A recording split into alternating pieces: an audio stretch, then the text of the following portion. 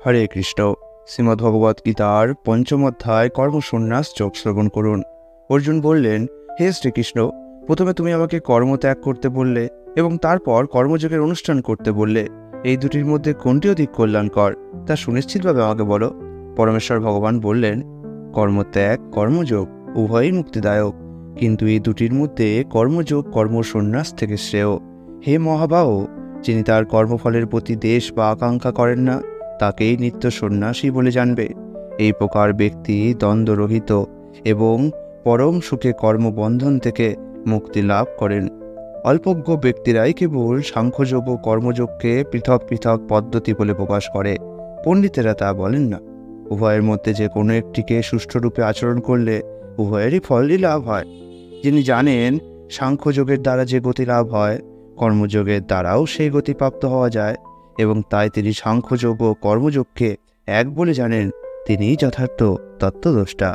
হে মহাবাহ, কর্মযোগ ব্যতীত কেবল কর্মত্যাগরূপ সন্ন্যাস দুঃখজনক, কিন্তু যোগযুক্ত মুনি অচিরেই ব্রহ্মকে লাভ করেন।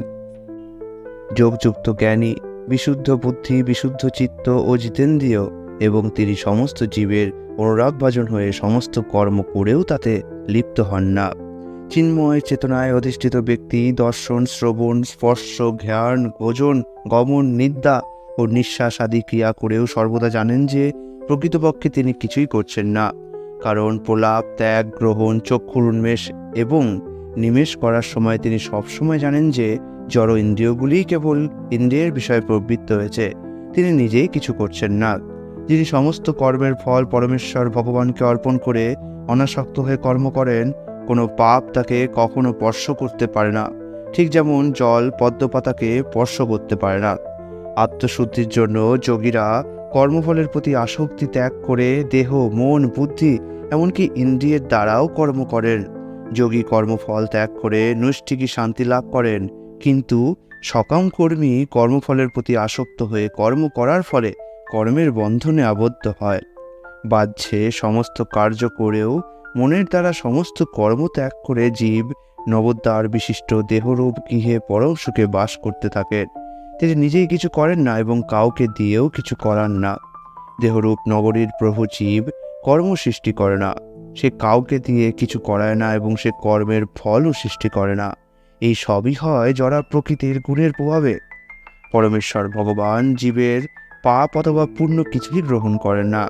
অজ্ঞানের দ্বারা প্রকৃত জ্ঞান আবৃত হওয়ার ফলে জীব সমূহ মোহাচ্ছন্ন হয়ে পড়ে। জ্ঞানের প্রভাবে যাদের অজ্ঞান বিনষ্ট হয়েছে, তাদের সেই জ্ঞান অপ্রাকৃত পরম তত্ত্বকে প্রকাশ করে, ঠিক যেমন দিনমানে সূর্যের উদয়ে সব কিছু প্রকাশিত হয়। যার বুদ্ধি ভগবানের প্রতি উন্মুখ হয়েছে, মন ভগবানের চিন্তায় একাগ্র হয়েছে, নিষ্ঠা ভগবানে দৃঢ় হয়েছে, এবং যিনি ভগবানকে তার একমাত্র আশ্রয় বলে গ্রহণ করেছেন, জ্ঞানের দ্বারা তার সমস্ত কলুষ সম্পূর্ণরূপে বিধৌত হয়েছে এবং তিনি জন্ম মৃত্যু বন্ধন থেকে মুক্ত হয়েছেন। জ্ঞানবান পণ্ডিতেরা বিদ্যা বিনয় সম্পন্ন ব্রাহ্মণ, গোয়াভী, হস্তি, কুকুর ও চণ্ডালের প্রতি সমদর্শী হন। যাদের মন সাম্যে অবস্থিত হয়েছে, তারা ইহলোকেই জন্ম ও মৃত্যু সংসার জয় করেছেন। তারা ব্রহ্মের মতো নির্দোষ, তাই তারা ব্রহ্মেই অবস্থিত হয়ে আছেন। যে ব্যক্তি প্রিয় বস্তুর প্রাপ্তিতে উৎফুল্ল হন না এবং অপ্রিয় বস্তুর প্রাপ্তিতে বিচলিত হন না, যিনি স্থিরবুদ্ধি, মোহশূন্য ও ভগবৎ তত্ত্ববেত্তা, তিনিই ব্রহ্মে অবস্থিত। সেই প্রকার ব্রহ্মবিদ পুরুষ কোন রকম জড় ইন্দ্রিয় সুখ ভোগের প্রতি আকৃষ্ট হন না, তিনি চিৎগত সুখ লাভ করেন। ব্রহ্মে যোগযুক্ত হয়ে তিনি অক্ষয় সুখ ভোগ করেন। বিবেকবান পুরুষ দুঃখের কারণ যে ইন্দ্রিয়জাত বিষয়ভোগ তাতে আসক্ত হন না। হে কন্তেও, এই ধরনের সুখভোগ আদি অন্তবিশিষ্ট, তাই জ্ঞানী ব্যক্তিরা তাতে প্রীতি লাভ করেন না। এই দেহ ত্যাগ করার পূর্বে যিনি কাম, ক্রোধ থেকে উদ্ভূত বেগ সহ্য করতে সক্ষম হন, তিনিই যোগী, এবং এই জগতে তিনিই সুখী হন। যিনি আত্মাতেই সুখ অনুভব করেন, যিনি আত্মাতেই ক্রিয়াযুক্ত এবং আত্মাই যার লক্ষ্য, তিনিই যোগী। তিনি ব্রহ্মে অবস্থিত হয়ে ব্রহ্ম নির্বাণ লাভ করেন। সংযত চিত্ত সমস্ত জীবের কল্যাণে রত এবং সংশয় রহিত নিষ্পাপ ঋষিগণ ব্রহ্ম নির্বাণ লাভ করেন। কাম ক্রোধ শূন্য সংযত চিত্ত আত্মতত্ত্বজ্ঞ সন্ন্যাসীরা সর্বতোভাবে অচিরেই ব্রহ্ম নির্বাণ লাভ করেন।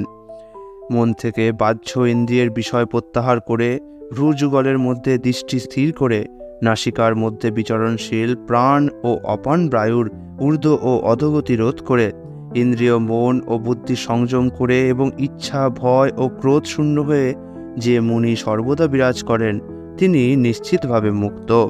আমাকে সমস্ত যজ্ঞ ও তপস্যার পরম ভোক্তা, সর্বলোকের মহেশ্বর এবং সমস্ত জীবের শহীদ রূপে জেনে যোগীরা জড়জগতের দুঃখ দুর্দশা থেকে মুক্ত হয়ে শান্তি লাভ করেন।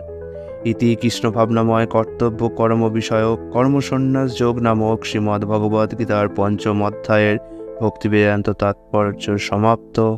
হরে কৃষ্ণ।